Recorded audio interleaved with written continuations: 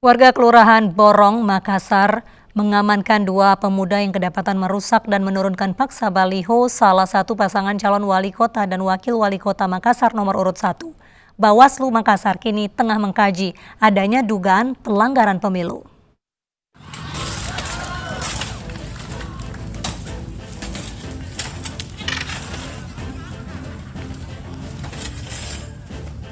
Video ini merekam aksi sejumlah pemuda yang merusak baliho paslon wali kota dan wakil wali kota Makassar nomor urut 1 di Jalan Andi Pangeran, Petarani, Makassar, Sulawesi Selatan.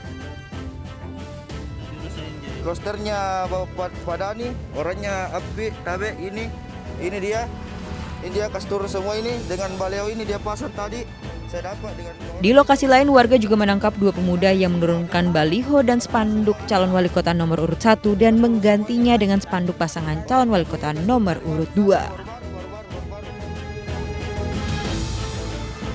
Bawaslu Kota Medan segera mengkaji laporan perusakan APK ini.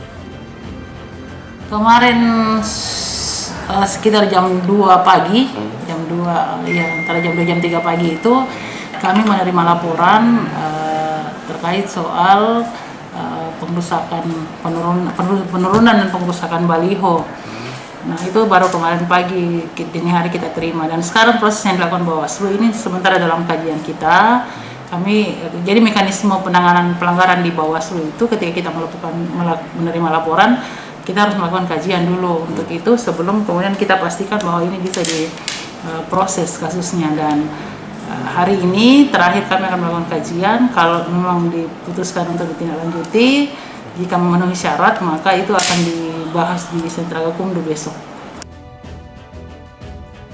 Selain itu, Bawaslu Kota Medan juga akan mendalami peran dua pemuda yang menurunkan APK calon wali kota Makassar nomor urut 1. Dari Makassar, Sulawesi Selatan, Yoel Yusfin, iNews melaporkan.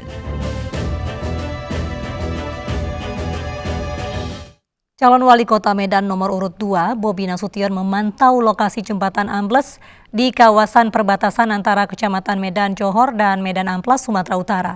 Sementara pasangan calon wali kota dan wakil wali kota nomor urut 1, Ahyar Nasution, Salman Al-Farisi, bertemu dengan sejumlah advokat.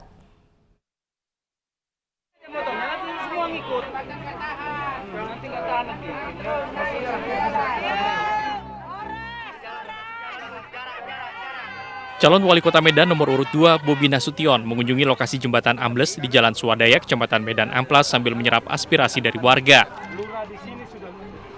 Warga mengeluhkan kerusakan jembatan penghubung ini karena mengganggu aktivitas mereka. Bobi mengaku prihatin melihat warga yang terkendala aktivitasnya akibat jembatan ambles. Bobi berjanji akan melaporkan masalah ini ke Dinas Pekerjaan Umum agar jembatan dapat diperbaiki secepat mungkin.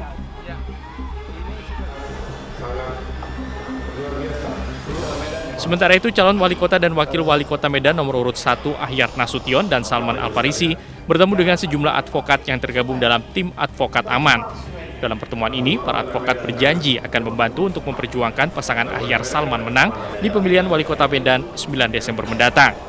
Kepada para advokat, Ahyar Nasution juga berjanji jika kelak terpilih kembali sebagai wali kota Medan akan memutus dan mencegah terjadinya korupsi di daerah ini. Dari Medan, Sumatera Utara, Aminur Rashid, Said Ilham, iNews melaporkan.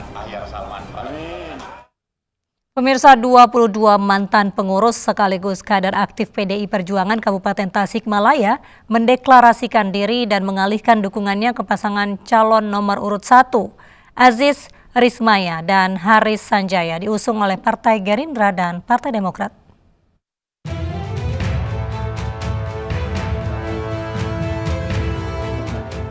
Dua orang mantan pengurus sekaligus kader aktif PDI Perjuangan Kabupaten Tasikmalaya mendeklarasikan diri dan mengalihkan dukungannya ke pasangan calon nomor urut 1 Aziz Rismaya Haris Sanjaya yang diusung Partai Gerindra dan Partai Demokrat. Padahal secara kepartaian, PDI Perjuangan mendukung pasangan nomor urut 2 Ade Sugianto Cecep Nurul Yakin. Namun karena kecewa dan alasan ingin adanya perubahan di Kabupaten Tasikmalaya, akhirnya mereka memutuskan untuk mengalihkan dukungannya. Ternyata pemikiran kami yang awalnya dari 6 orang itu ternyata rekan-rekan yang semua mantan pengurus PAC ini baru kemarin ini ternyata satu pemikiran, satu ide Jadi banyaklah kekecewaan di antara kami selama kami di PDI Perjuangan. Sementara itu, calon Bupati Tasikmalaya Aziz Rismaya bangga dengan keputusan para kader PDIP yang ikut mendukung dirinya. Dari Tasikmalaya, Jawa Barat, Asep Juharyono, iNews melaporkan. Pemirsa, calon Bupati pengganti petahana Kabupaten Bangka Tengah Al-Ghafri Rahman secara resmi mendaftarkan diri ke kantor KPU. Agri Rahman menggantikan calon petahana Ibnu Saleh yang berhalangan akibat meninggal dunia setelah terpapar COVID-19.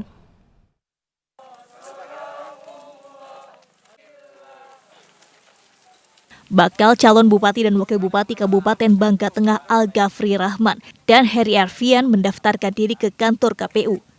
Kedua paslon yang diantarkan Ketua Partai Koalisi dan puluhan tim pemenangan menyerahkan berkas pencalonan dengan disertai surat bebas COVID-19. Ketua KPU yang menerima berkas kedua paslon ini melakukan proses verifikasi. Dalam pendaftaran, KPU membatasi rombongan masuk ke dalam ruang pendaftaran hanya sebanyak 17 orang yang terdiri dari calon pengganti dan ketua partai pengusung serta LO tim pemenangan. Setelah 2 jam proses verifikasi berkas pencalonan, akhirnya KPU Kabupaten Bangka Tengah menyatakan jika Al-Ghafri Rahman dan Heri Arfian resmi sebagai bakal calon Bupati Kabupaten Bangka Tengah. Meski dari kedua paslon, KPU masih menunggu 2 berkas yang belum diserahkan, yakni berkas surat keterangan valid dari pengadilan dan surat bebas pajak. Namun hal ini dapat disertakan di hari berikutnya. Dokumen yang kami terima sesuai dengan hasil verifikasi administrasi memenuhi syarat. Kalau syarat calon, ada beberapa item yang masih belum dipenuhi oleh bakal calon pengganti atas nama calon Bupati Al-Ghafri Rahman ya. Salah satu contoh keterangan valid dari pengadilan, karena pengadilan negeri pusat lockdown ya, tapi informasi lisan yang kami dapat mereka menjemput bola bahwa Senin bisa diterima. Sementara itu, Al-Ghafri Rahman menyatakan siap untuk melanjutkan perjuangan almarhum Ibnu Saleh untuk memenangkan Pilkada Kabupaten Bangka Tengah. Alhamdulillah sudah mendaftarkan dan alhamdulillah diterima oleh KPU, dan insya Allah nanti besok saya akan medical check up di RSPAD, suratnya sudah saya terima. Tentu saya sangat menjunjung ya keluarga almarhum, karena sebelum saya menyatakan siap itu saya sudah suwon, saya sudah menjunjung keluarga almarhum, dan semalam juga saya ikut tahlilan di rumah beliau di Pangkal Pinang. Saya sudah mendapat dari keluarga beliau diizinkan, direstui untuk mengganti almarhum. Tentunya dengan apa yang menjadi visi misi beliau almarhum untuk Bangka Tengah ke depan tetap kita menjadikan prioritas. Al-Ghafri Rahman yang berpasangan dengan Heri Arfian didukung sebanyak 7 partai pengusung. Dari Kabupaten Bangka Tengah, Bangka Belitung, Rahmat Kurniawan, iNews melaporkan. Badan Pengawas Pemilu Jawa Timur akan lebih selektif dalam mengawasi tahapan kampanye calon kepala daerah Pilkada serentak 2020.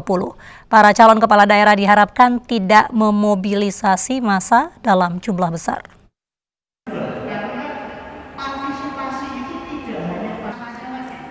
Badan Pengawas Pemilu Jawa Timur akan mengawasi tahapan kampanye para calon kepala daerah pada Pilkada serentak 2020, terutama mengenai penerapan protokol kesehatan. Semua pasangan calon dalam melaksanakan kegiatan kampanye pada 26 November hingga 5 Desember mendatang diwajibkan memperhatikan kedisiplinan protokol kesehatan. Selain itu, para pasangan calon juga tidak memobilisasi massa yang menyebabkan kerumunan warga.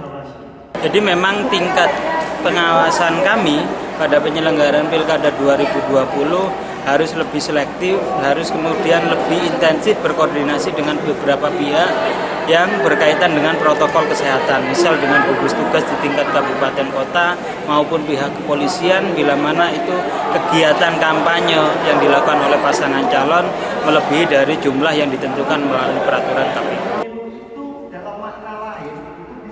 Di masa pandemi, setiap calon kepala daerah diharapkan lebih memprioritaskan kampanye virtual atau daring. Dari Bojonegoro, Jawa Timur, Dedi Mahdi, iNews melaporkan.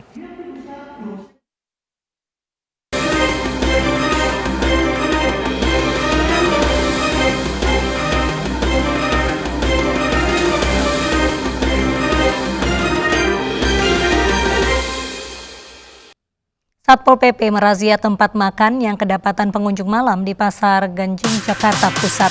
Kami hadirkan informasinya usai jeda berikut.